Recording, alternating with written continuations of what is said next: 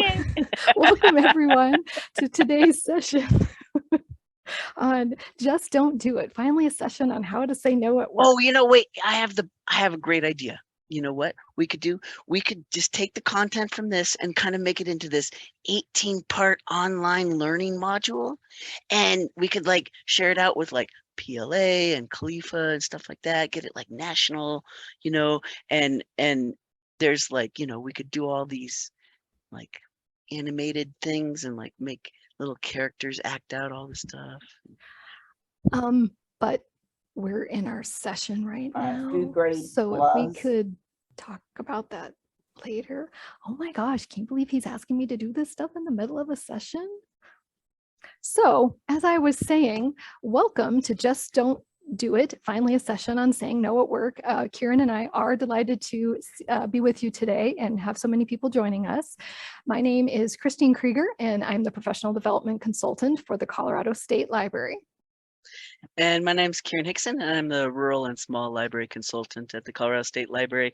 And I'm playing two roles in this. I'm being me, but I'm also being like random crazy Christine's boss in some sort of weird alternate reality. And I'm not her boss, nor do I play her boss on TV. Just here. So today, as we talk about saying no at work, what we really hope that everybody comes away with is an understanding of why it's hard to say no. Recognition that saying no and setting boundaries is healthy and crucial for maintaining productive relationships. And then we're actually going to get into practical strategies and scripts for saying no respectfully. And we do have a playbook, and I've heard that you got like a copy when you registered, so hopefully you have that. And if not, in the chat is a link to a PDF version, and we are going to ask you to write stuff down in it, and we have some reflective moments during this session. So if you don't, like, it's hard to print it out now, like if you don't already have the word thing going, it might be a little hard, but you can write it down on actual paper with an actual pen, and all sorts of things like that. Go all old school on it. And as we go through, we're going to mention several resources, and those are also listed in the back of your field guide. So let's go ahead and jump in and get started. So the first thing that there we go. We're going to ask is one of those reflective questions, right? So it's on the first page of the playbook if you have that with you. And I just want you to like think about something, and it could be something that's coming up, something that happened a long time ago, or something that's like right now happening, but something that you need or want to say no to. And just kind of like write down in your playbook a little bit about that. Just kind of reflect on what is it that I need to say no to.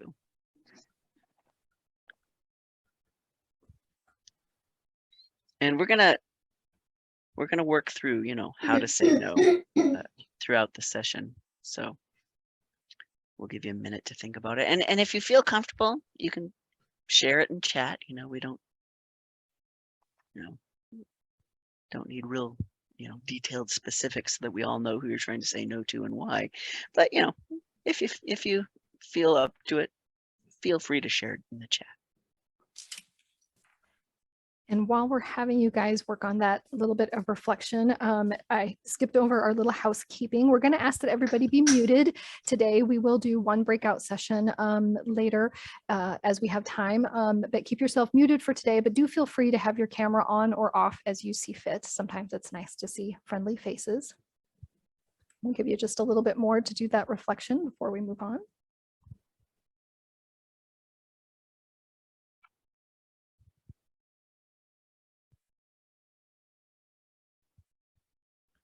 All right. So hopefully you have at least an idea of something that you would like to or wished you had said no to. So as we think about saying hey, no, as your boss, I think this content is just so awesome. And I'd love to share it with the world. Wouldn't you? So maybe we can talk about this later as we get, as I have a little bit more time. So as everybody can hopefully see, saying no can be hard, but why is it hard? In chat, let's let's brainstorm some reasons why saying no is hard. What are some reasons that saying no to people at work or in your life is hard for you? And go ahead and add that in chat.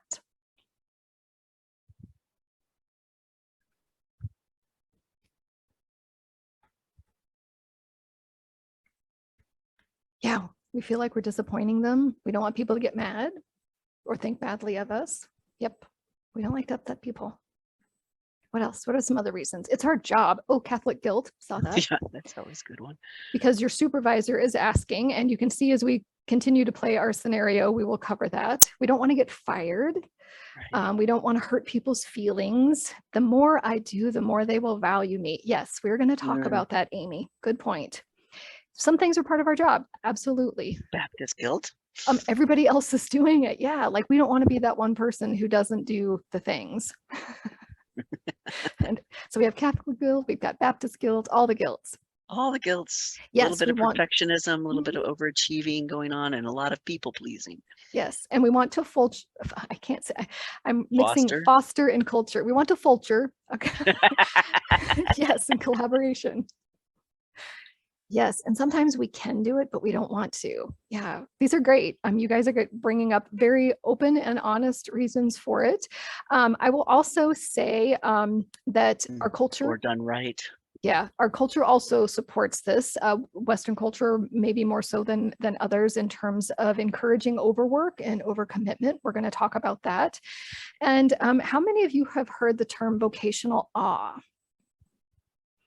In case you haven't, vocational awe refers to this set of ideas, values, and assumptions that librarians can have about themselves and our profession that results in the belief that libraries as institutions are inherently good and sacred and therefore beyond critique. So in addition to supporting the work that we do as maybe a sacred calling, and there are plenty of us who do feel called to the service profession, to being librarians, to helping people, which is perfect in and of itself. However, this idea or concept of vocational awe can actually encourage overwork. It can encourage overcommitment. And then if there are also people that you're working with who don't have vocational awe, working in a library is just a good job to have, which is also fine if they are doing the duties that are assigned to them. They're not seen as dedicated employees. So it's one thing, it's something just to keep in the back of your mind. And also just sort of this idea, this cult of busyness, and the idea that somebody mentioned earlier, like people don't have value unless we're working hard and earning money.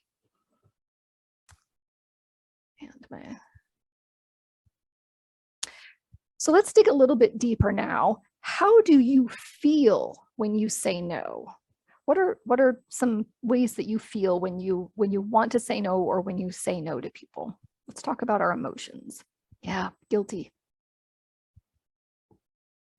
How else? Like a failure, judged. Yeah, stressed. Yeah, there could be some fear involved once again. And you know, we have somebody who's a supervisor. Yeah, if you say no, you're a mean boss. If you're having to tell your staff no, can't have the day off or something like that. So it's great to think about it from that point of view also. Yeah, we're lazy. There's fear once again, if depending on if the person asking you to do something, you know, outranks you, anxious, a bit of regret and guilty.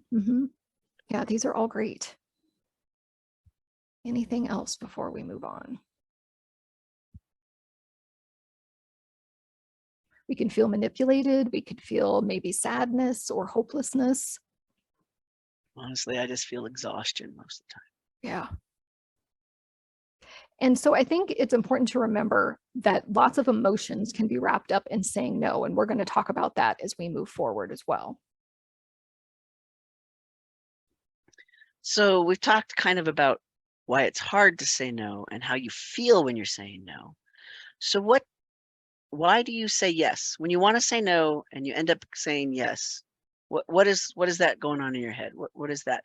And we're going to reflect on that. Again, it's on that first page of that playbook that I can put the link again because I know some folks have come in. Hopefully you all got it in your confirmation of registration. But just think about it even for a while, and feel free to share in chat. Absolutely feel free to share in chat if it's not too personal. But why do you say yes when you want to say no? Because you're supposed to. Ah, you want to be a team player? Yeah.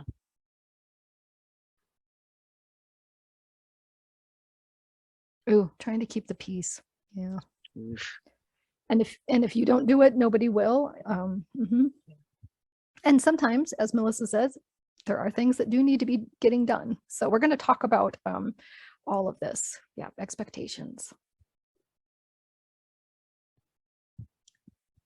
But it seems like we have a lot of really, really good people on here. We just don't want to disappoint people, you know, and sometimes we might have to.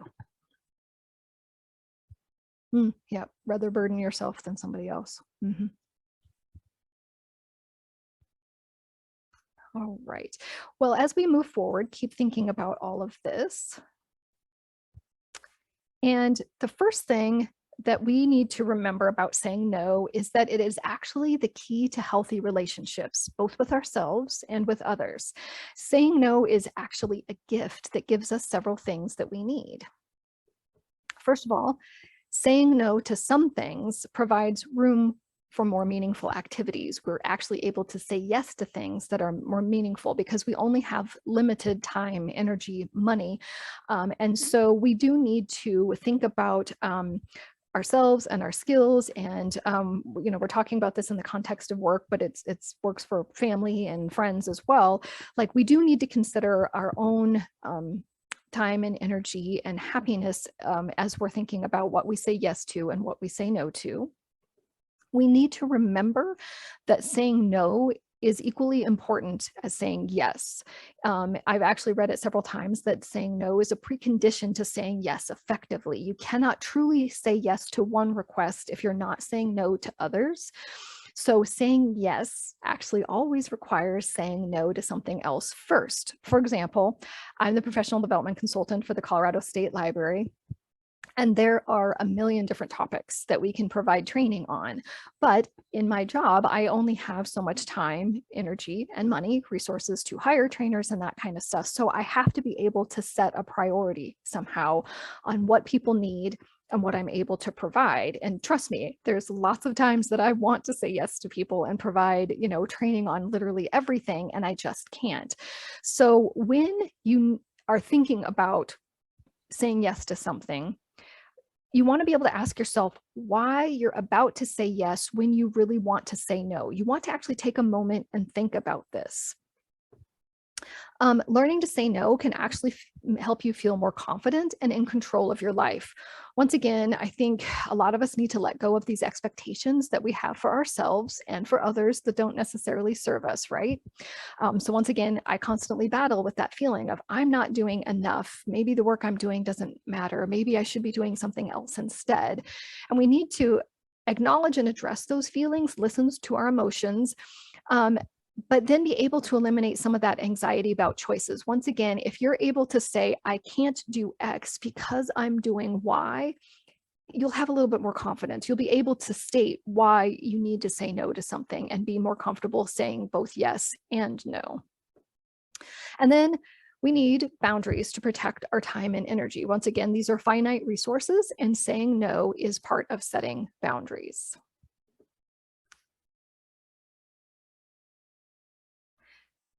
So we're just going to spend a few minutes and talk about burnout and boundaries. That could be its own session, probably its own course, if you will. But to put it simply, being overcommitted will lead to burnout. And burnout doesn't have a solid line that gets crossed. Most people don't realize when they've crossed over, although I would dare say that a good majority of us crossed over sometime during the pandemic, if not before. There's just been so much change. And in libraries, like many service professions, we're constantly being asked to do more with less. Once again, that became very evident during the pandemic. So according to Jonathan Malasik in his book, The End of Burnout, which is listed in your resources, 1 in 4 workers report finding nothing meaningful in the work that they do. And I want you to think about that for a second. How much time we spend at work and not being able to find one thing meaningful, that helps you get up and gets you motivated during the day. So some signs, as you can see on the screen, that you need boundaries. And this comes from the book Set Boundaries, Find Peace, which is also listed in your handout. I mean, seriously, we could all like raise our hands. How many of us are feeling overwhelmed these days? Are you feeling resentment towards people asking you for help? And it's not even probably the person who's asking, but sometimes it might be, but just like one more thing that somebody's asking you to do. Do you ever avoid phone calls or interactions with people because you might get asked to do something? You find yourself making comments about helping people and getting nothing back in return. Or this one, I think, once again, maybe all of us, you frequently daydream about dropping everything and disappearing. Don't do it during this session. We've got lots of great information for you. Or you feel that you literally have no time for yourself. I mean, you know, wasn't technology supposed to like make our lives easier and give us so much time? I don't know if I'm experiencing that. If other people are, I'd love to know your secret. What I think we need to remember, and this one's a hard one, especially if you happen to be a perfectionist, is there are no prizes for being a martyr. And I think a lot of times we are encouraged to wear burnout as a badge of honor. Once again, it's that cult of busyness, right? That if you're not super busy all the time, somehow you're deficient in some way, shape, or form. And this not only hurts us, but it's eventually going to harm the organization as staff continue to burn out. So once again, we all need to be able to decide what is worth our time and energy. So we need to learn how to give ourselves permission to say no. So we have to remember that you have the right to say no. You deserve to have your needs met as well. And you are the number one priority in your life. And once again, this is hard. We have colleagues, we have families, we have children, we have parents. And it's hard to put ourselves first. But it's that old adage of putting your oxygen on first. If you're constantly burning out, you can't help others at work or in your life effectively. So once again, we need to find ways of reaching no in our own mind before we're going to say it to others.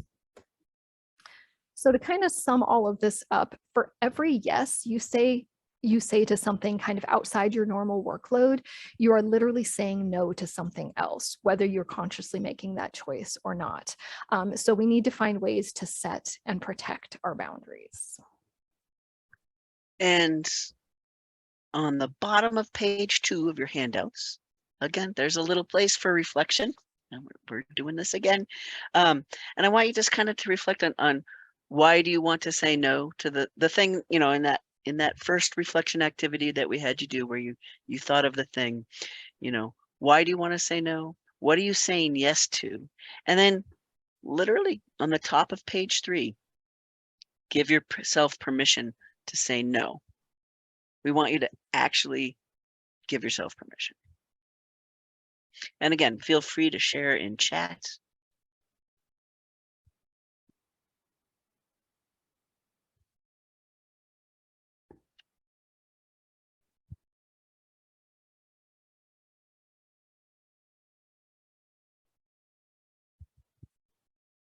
We'll give you a few more minutes.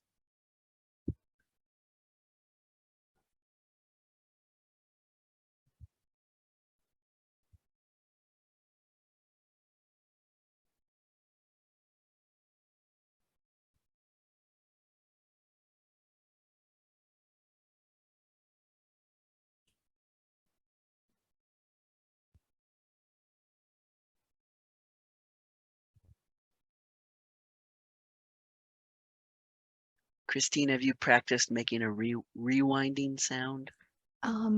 No. Me either, but we have to like redo that scenario again. So I was going to try to make a rewind sound. All right.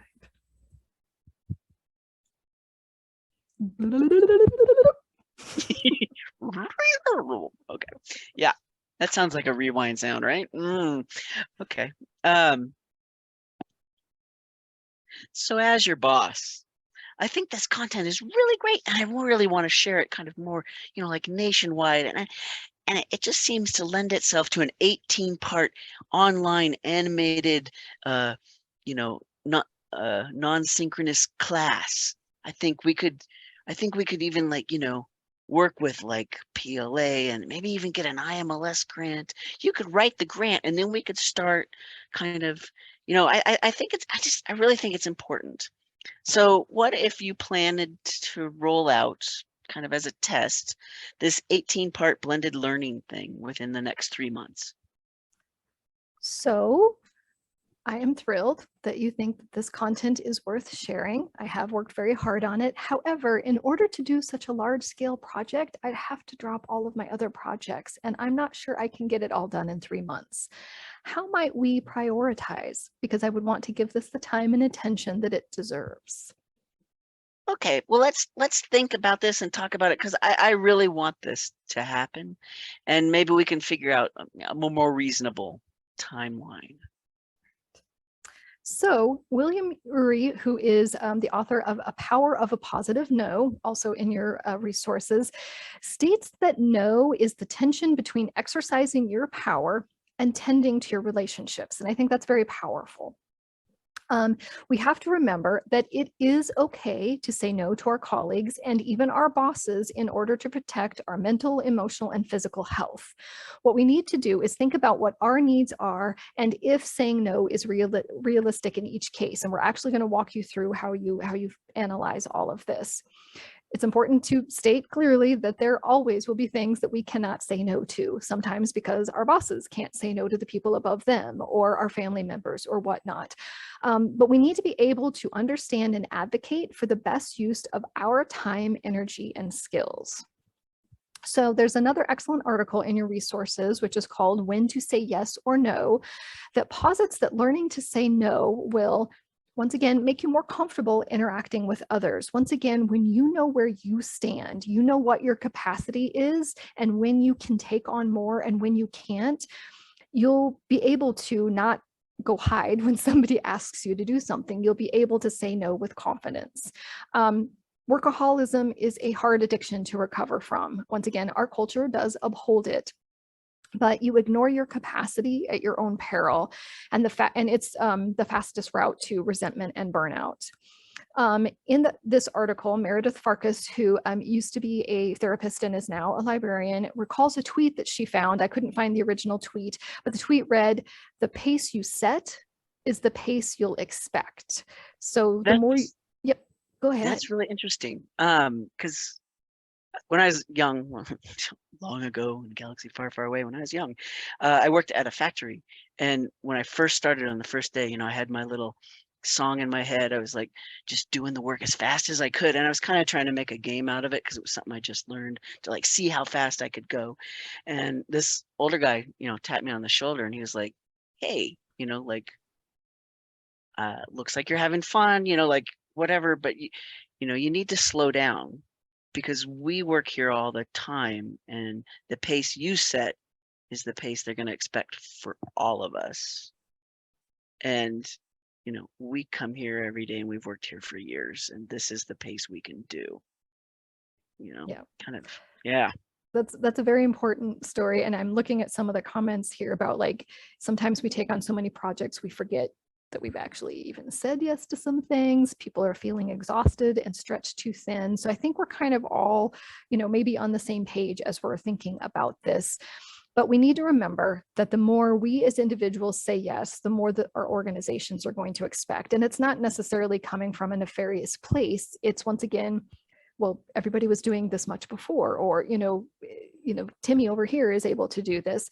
But the other thing that I think libraries as a whole need to remember is that the more libraries continue to do more with less, and everybody is doing with less right now because of the pandemic, less money, less staffing, there's still people out sick, there's still staff changes, like we're all like trying to hold it together, but then the more our communities then will expect. And once again, if we love our jobs, we don't want to let our communities down, we don't want to let our patrons down, but we need to once again think about where's the best use of our time, energy, and that kind of thing. So once again, take some time and reflect about the things that you want to focus on, that your organization wants to focus on, that your communities want to focus on. Where can you be useful? Because we can't be useful and do everything just on our own. Marcus Buckingham, who is an author and researcher on Love and Work. I cannot remember. I should have thought about this before the session started. I can't remember if he's actually listed in your resources. I think he is, but if not, you can Google Marcus Buckingham, Love and Work, and you'll find an entire website dedicated to this. That he talks about how we don't all have to be the same. He actually says that the best teams need people with different strengths and skills to be effective. So teams should not look for well-rounded people. He says you should actually look for spiky people, which I love because we all have our own unique shape and thoughts and how we kind of come at things. The team itself should be well-rounded, and you should kind of work from that perspective. He's one of my favorite researchers recently. And I'm clicking. Okay, being able to say no also enables you to be more honest and authentic with others. Once again, if you know your capacity, you can honestly tell people, I'm sorry, I just can't take one more thing on my plate. You know what you can and cannot do. That will help you be more authentic with people at work and hopefully allow you to be able to relate to them with less guilt, fear, and resentment. And saying no can actually be seen as a sign of respect. We need to kind of reframe how we think about saying no.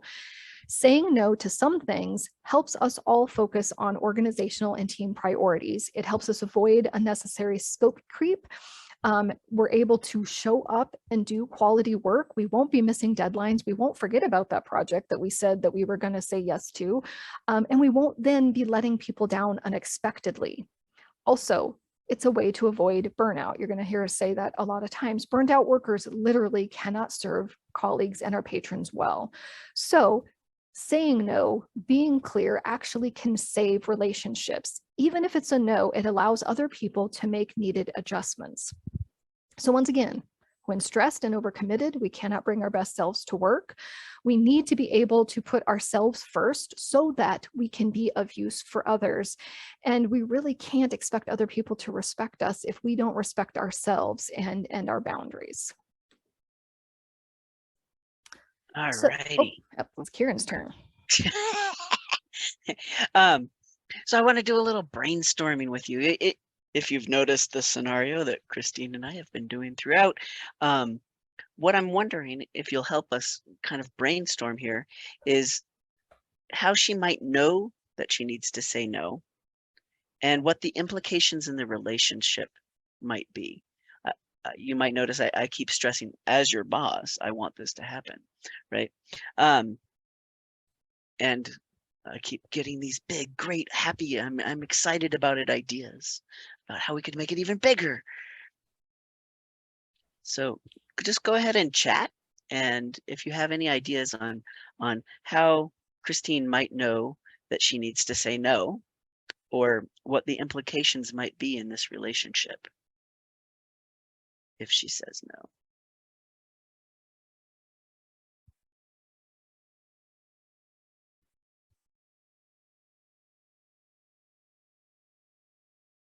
Are you guys going to make me say yes? My evil plans have come to fruition.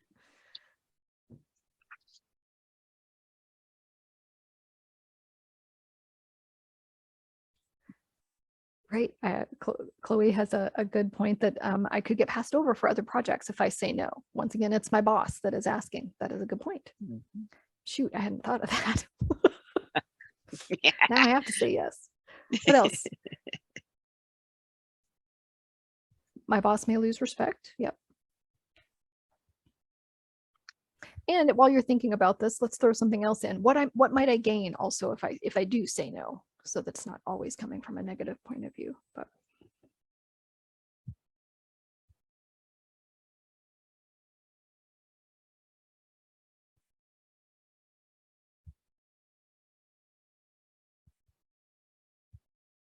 Yeah, so I know that I need to say no because like this is a big project and we're talking about like timeline and 3 months and 18 modules. Yeah, thank you, Dee Dee. Sorry. Right. And so if she says no, I might also realize that she has other things that she's doing. Because like I said, I mean, hopefully your boss does know some of the work that you're doing, but once again, if they supervise multiple people, some of the granularity may be lost. You get up, I like this, Irene. You may gain the respect too by having an eye for details of the timeline and wanting it to give you the best you can. Yes. Absolutely. There we go. Now things are flowing in hot and heavy. You say no, but discuss. Yeah. Mm-hmm. Seeking out the talents of other people's. Maybe this isn't my forte. Right. There might be a online module maker that we should tap. Right. And if I say no, I'll have time to do the other projects well. And that's, I think, one of the things, and you'll see when we actually talk about saying no, how kind of what you have the opportunity to weigh things against one another and what then would meet the greater goal. Perfect. Thank you so much. That is helpful. So in your situation that you put in that first reflection exercise on page 1 of your playbook, in that scenario that you thought of, at the bottom of page 3, we have a little space for some reflection on, in your situation, who do you need to say no to? And what's that relationship? And why is that relationship important to you? What boundaries do you need to set and protect in that relationship? And how will saying no benefit it? And again, look for how it'll benefit the relationship. And if you feel comfortable, please share it in chat. But if not, just a little reflection. We're just going to give you maybe a little minute to do that.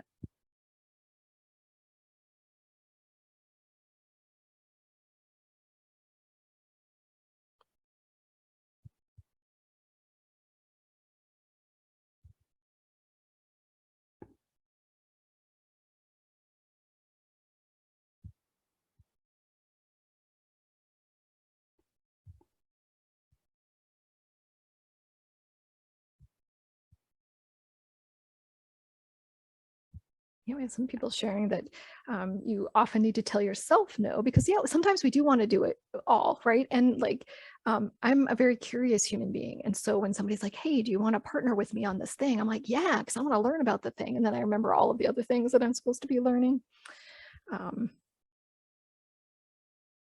Yeah, I think a lot of it, Lori, actually does go into the relationship that we have with ourselves. Once again, we have you might have a can-do attitude, or you want to do all of the things, but like time, space, continuum, it's a real thing. So some of these conversations, which is why we're giving you time for reflection, are things that you need to kind of talk with yourself about.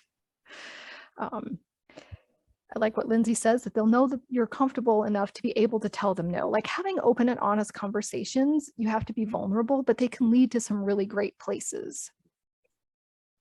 And saying no can impact your self-esteem. Yep. And what about being asked to do more of what they want, but being told no? Yeah, that's a good point, Dee Dee. Sometimes you might be asked to do things that you don't want to do, you don't like to do, and we all have to do that with work, right? But if those end up taking up a lot of your time, that could be a problem. And sometimes it might mean that maybe you need to, honestly, sometimes think about, is the job for you? Once again, if you look at that, I would encourage you to look at the Love and Work done by Marcus Buckingham, because he spends a lot of time talking about, realistically, if you can find a sense of purpose in about 20% of the work that you do each day or each week or each month, that is typically enough to keep you motivated and keep you going. And so kind of trying to keep that balance is also something that is important to keep in mind. But these are great thoughts.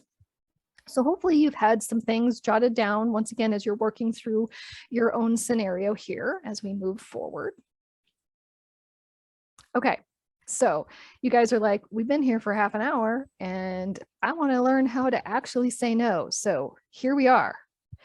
We're going to actually break this down into several steps. You can see on the slide here and in your workbook that there are 7 steps to, does that say 7? 1, 2, 3. Yes, 7 steps to saying no. And we're going to go through them one by one and hopefully kind of make the parts clear for you.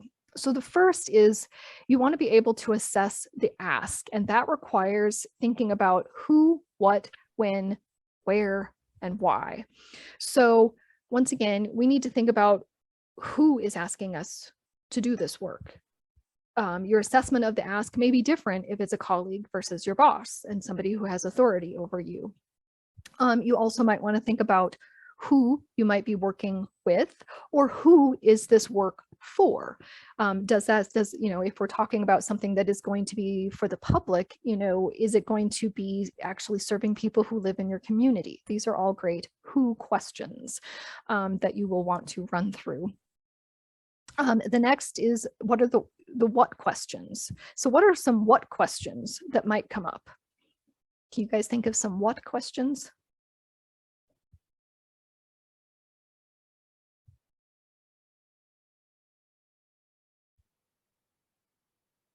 What does the work entail? Yeah. What skills do I need? Oh yeah, I hadn't thought of that one. That one's a good one. What's the benefits?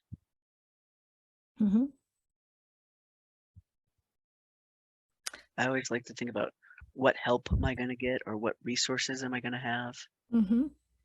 Another What's great the deadline? Yep. And another great What's what the purpose? question is what might you be protecting by saying no? So if you can once again bring it down to that granular level of, if I say yes, what might I give up? And if I say no, what might I gain? Okay. What about some when questions? What are some when questions? Yeah. What is the deadline? Which also can be like, when is the deadline and how much time? Right, the time frame for sure.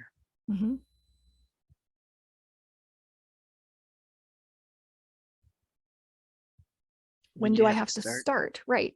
Are we asking you to do a project when summer reading is happening? Because let's just not. When can you fit this in with responsibilities? Is this immediate or future planning? Yeah, these are great questions. When will I have to start? Will this require additional work outside of normal work hours? That could be another when question. And Ellie has moved right on into why and asked why me, which I find delightful. Oh, I like Irene's. When do I need to make a decision about this? Perfect. Let's see. So as Irene had led us right into the why questions, there are lots of why questions that you might ask. But once again, I think a lot of you got to it with some of the what questions in terms of what are we being asked to do, and who is this going to benefit? Like, what are the consequences of saying yes? And what are the consequences of saying no? Maybe why was I the person asked to do this? Maybe it's because they think that you're really great at X, Y, and Z. Like if you happen to be the person who always knows how to unjab the copier, you will always be the person who will unjam the copier.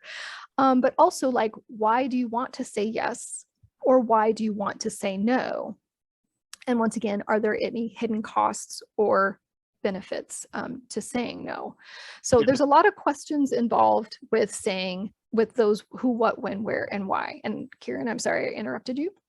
No, I laughed at Raquel's. Why did you think of this idea? Sorry, there are days, right? Stop my out loud giggle. But one of the things I always wonder is, like, why are they asking me, like, what, like, am I comfortable with saying yes? I get asked to do really weird tech things, and I don't know what I'm doing. And I watch the YouTube video and I try, and sometimes it's a bigger thing, and I have to go, gosh, am I really comfortable? Like, you've asked me to do brain surgery. I'm not sure that's a good idea. Which leads us right into step 2. Whoops.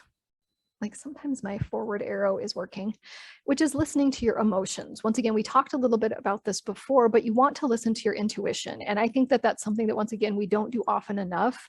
I was raised in the era where you don't bring your emotions to work and all of that kind of stuff, which I'm sorry, we all do. Like, we feel things literally all day long. Intuition, the Latin word intuere, which I probably mispronounced, means to comprehend from within your own mind. And so our feelings are actually rich in information and data. And when you're thinking, like Kieran said, like, why do they ask me to do this? Am I comfortable with doing this? What is my gut telling me to do? That tells you a lot of information that we need to be paying attention to. Fear and guilt can actually cause us to react. We may end up saying yes in a lot of instances where we're not necessarily the best person for the job. Suppressing emotions does not work either, I will tell you. So we want to be able to name our emotions. Think about the ask, name the emotions, and kind of really tap into how we are feeling.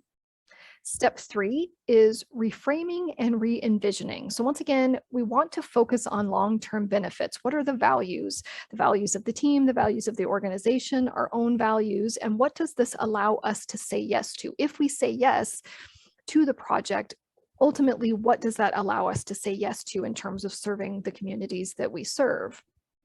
We want to re-envision what it means to give no as the answer. Once again, we need to consider our own skills, plans, desires, and whatnot. Once again, do we feel comfortable saying yes? Do we feel we have the time and capacity? And then we also need to be able to reframe the conversation and be able to defang actually saying no, to destigmatize it. Start by seeing, and hopefully you saw as you were thinking through some of those who, what, when, where, and why questions, starting to see requests as invitations and not requirements. Once again, there will always be requirements, but that can actually be a question you ask. Is this something that you're telling me I have to do, or can we talk about this? Because then you can start a conversation about it. So those are the first 3 steps. We're going to go through steps 4 through 7 in a little bit more detail as we prepare to say no, we say no, we stay firm, and then we're going to give us a chance to practice, hopefully. Okay, oops, and as I click through. Okay, so the best way to prepare to say no after you assess the ask is to decide what type of no we're going to use. And this is my favorite slide of the whole presentation. There are 4 main types of no. There is a hard no. I'm afraid I don't have time right now. So in our scenario, Kieran, I'm afraid I don't have time to create 18 modules right now. Then there's the no for now. I can't help you with that today, but with more notice, I may be able to help in the future. It's great for those last minute asks, right? Like I can't just change my entire schedule today. So in our scenario, maybe next year we can put it in my work plan to do 1 to 2 modules. There's the no and switch. I'm afraid I can't do X, but I can do Y. While I can't do 18 modules, I might be interested in doing 1 to see how it might work. You want to give a little thought to this because you want to, once again, if you're offering something up as an alternative, you want to make sure you can actually do that alternative also. It's something that you actually have built in, and you want to be really clear about it so there isn't miscommunication. And then there's always the need more time. And this is just for when you just need some time to think about it. Thanks, I'll need some time to think about it, or I will tell my boss, hey, Kieran, what if we talk about it after the session is over? Okay, we can talk about it after the session. I like 4 as a just like, give me a second kind of, you know, regardless, even if I'm going to end up saying yes, because I've thought it all through. Yes. That first, like, you know, whoa, okay. Yes. And there is no right or wrong. Every situation is a little bit different. And once again, that's what that reflection piece is. We had a little activity that I think we're just going to skip so that we have a little bit more time at the end. But once again, keep these 4 no's handy. All right. Then step 5 is actually saying no. Yes, it took us a long time to get here. Once again, you want to remember your assessment of the ask. You want to remember what type of no you're going to say, and then keep it simple. No can be a complete sentence. Once again, that's part of the assessment. It may be easier to just say no to a colleague than to your boss. You might have to provide your boss with a little bit more information. But you don't necessarily always have to explain, and how much detail you give is going to depend on that assessment. You don't want to over-explain or apologize either, because that can dilute the power of the no. And then you're right back into those feelings of guilt. You want to be positive and respectful. No does not have to be mean. We're actually doing it with honesty, politeness, and respect. Use I statements to explain your interests and needs, and we statements to appeal to shared interests and goals. We want to be able to remain firm. You might have to repeat that positive no a couple times. People might not be used to hearing no in general. And if you always say yes, they may not be expecting it from you. It may take them off guard. So it's something that we all have to practice. Oh, so you Uh, don't want to do 18, but maybe you'll do 16? Right. Yes, no. Yes, no. Okay. Right. Be assertive, not aggressive. If somebody gets upset about you trying to set a boundary, that may indicate that it is more evidence that a boundary might need to be set. And of course, if you're talking to them face to face, you want to use direct eye contact, speak to the point. We also want to listen respectfully. Oftentimes, saying no is the beginning of a conversation or potentially a negotiation, as both people are trying to figure out, like, potentially how to get what they need. So when the other person is talking, you want to be able to listen respectfully, ask clarifying questions as the conversation continues. You want to be able to keep your emotions under control and not counterattack.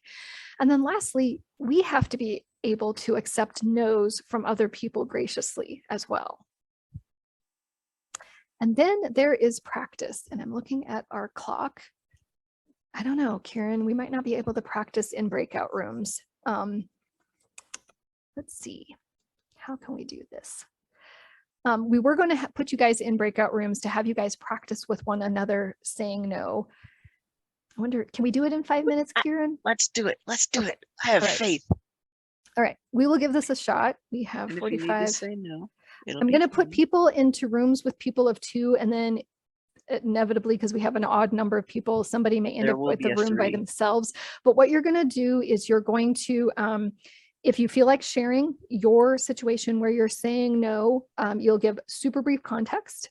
You will then say your no, and then switch and have the other person do this. And One of the things to do is like note how it feels, but also if the other person can decide if you actually said no. Some of us couch the words in so much not clear no-ness that when I leave a conversation, I'm not clear that they said no.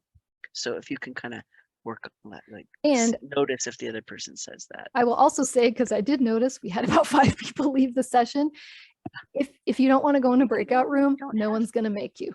And now I've created a room for everybody, which doesn't work. So I'm going to go back down to me. So once again, you don't have to go into a breakout room, but we thought we'd give you a little bit of practice because saying no can be hard.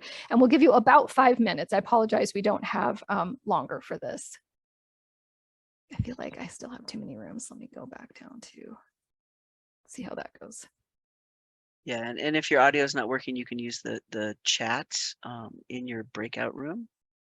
And once again, which is a little awkward, or just not go and just hang out here with Christine and I in the main room. So.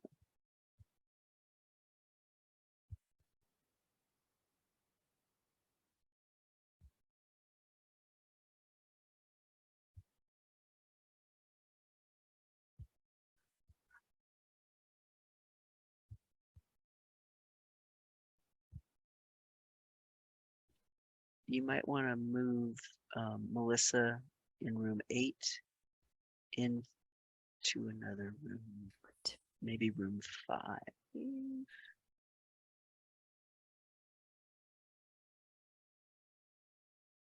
No, and there's also just one person in room 13. In which one? Room 13 and 14 both have only one human.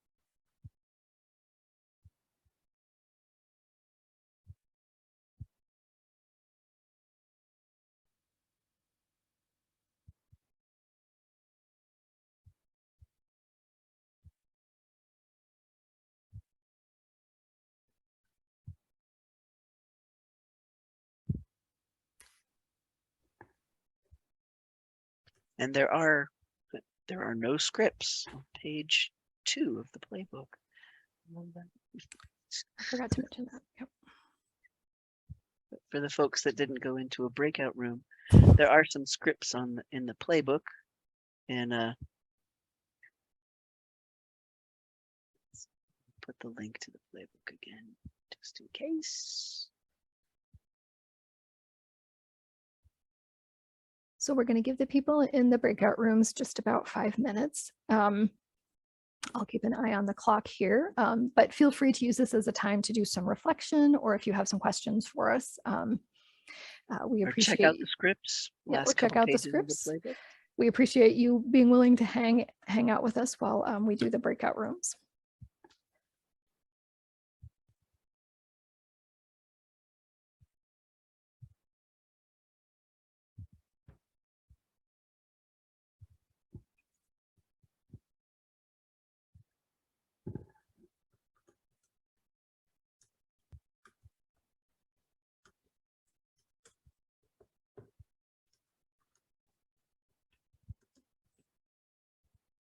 What page are the scripts on, Kieran?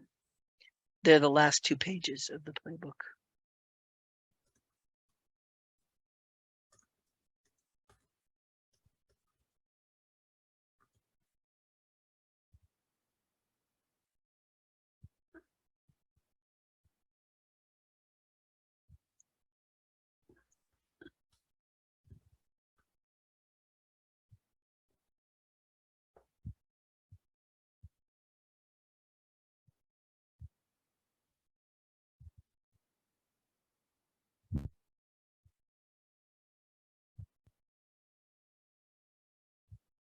No worries, Andrea. Yeah, if you don't have a microphone or camera, breakout rooms can be difficult. So we're going to give them just a few more minutes, and then people are going to report out. You can check out, we have some scripts for saying no on the last couple pages of your handout. You can work on your reflection. Thanks for letting us know.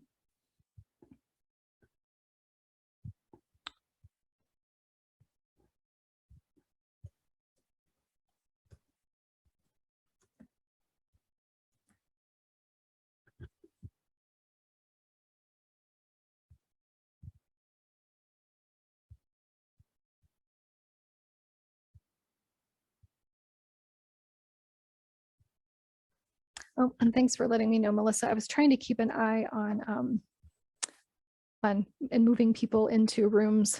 So I apologize that you didn't end up in a room with somebody else. So, but thank you for coming back. As we wrap up today's session, it'll take about 40 seconds for everybody to join us back. We see people's faces. I was in the risk tier 1. I was in room 14 alone, then 11 alone. So oh no, no one wanted to be with me. No. that was me. It was like as people were joining and not joining, I was like, oh, let's try room 11. So my apologies. No problem. I made working right. There you go. I made work sitting in the workroom. Yeah. Well, we appreciate you trying. So for those of you that did successfully be in a breakout room and had a mic and a camera and were able to do the thing, how did it feel when you practiced saying no? And did you get good feedback? Yes. Good. And you can either unmute and let us know verbally, or you can put it in chat.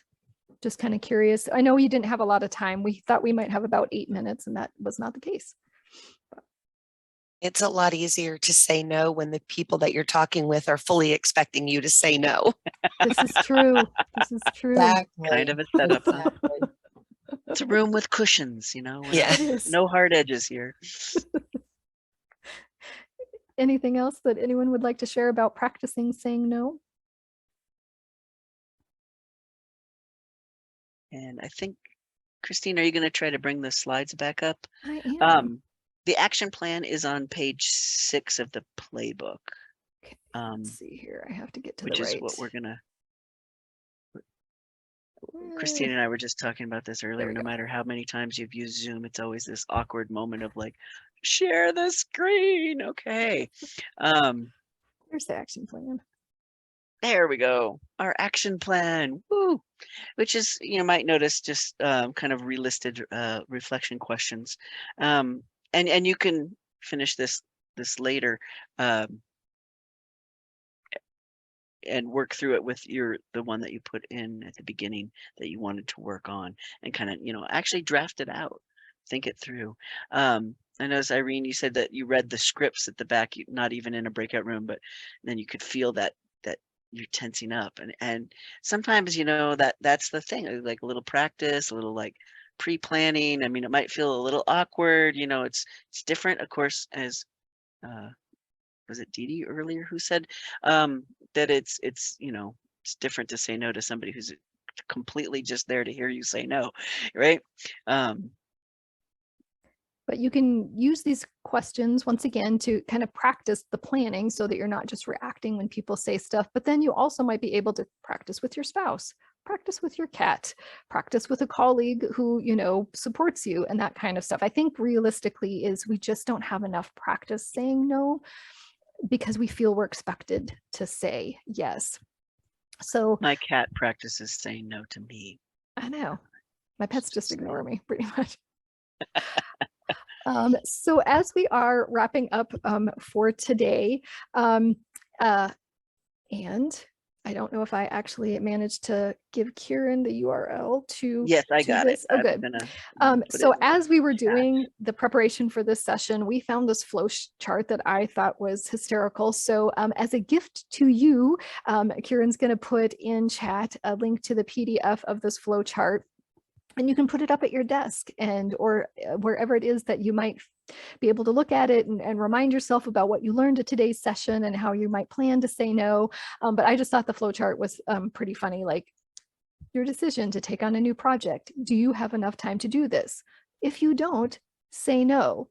If you think you do have enough time, no, you don't. So anyway, we just thought that was rather humorous. And then, of course, credits for the slides. So as we are wrapping up for today, one, we want to say thank you for attending this session and doing the reflections and the brainstorming with us and attempting to do the breakout groups.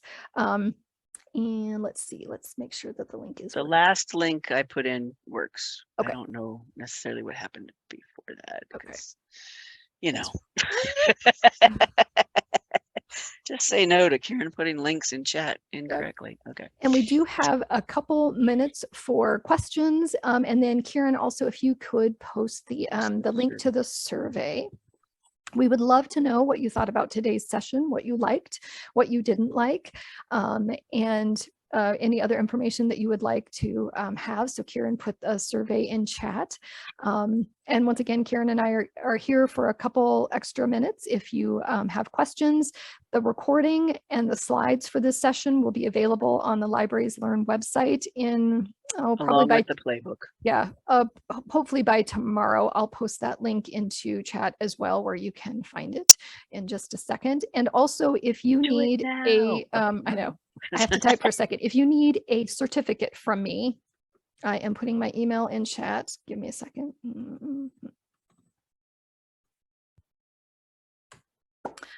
If you need a certificate from me, you can email me directly at the link below, and I'm happy to provide you a certificate of attendance for today's session.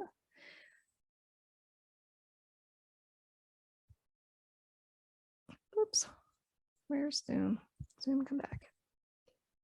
And then the link that I just put in is where you'll be able to find the archive, hopefully by tomorrow morning, as well as the playbook is already listed there, but we'll put the slides and everything there.